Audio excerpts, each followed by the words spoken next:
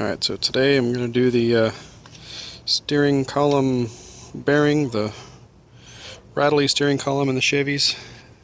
Pretty common when you go on a bumpy road and you feel the thumping under in the steering column. It's just these bearings go bad.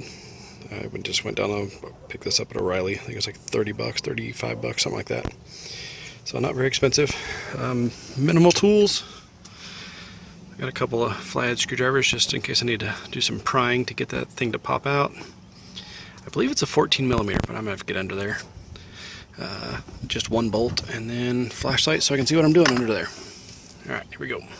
Oh, also, set up something.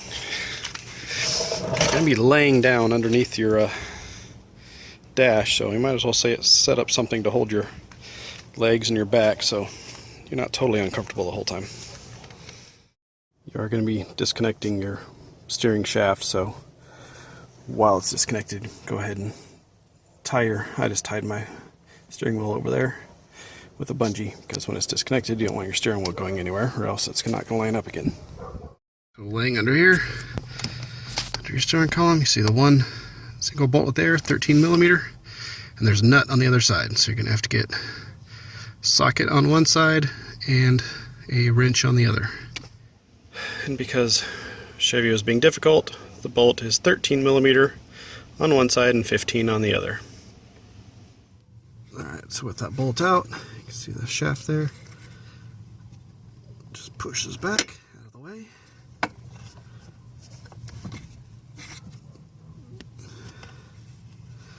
Now we just got to get the bearing off of there. I'm going to get some screwdrivers and see if I can pry behind it, because it doesn't seem to want to pop off very easy. Alright, let's get a screwdriver in behind there. Hopefully. There it is. Let's just pop loose. Alright, old one's out. Just pop the new one in. Alright, so just pop the new bearing in there.